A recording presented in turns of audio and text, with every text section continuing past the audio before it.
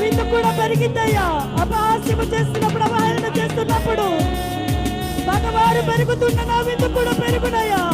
స్తుతించి పాడినప్పుడు నీకే హల్లెలూయా అని కొనియాడదాం. ఉదయము రాత్రియు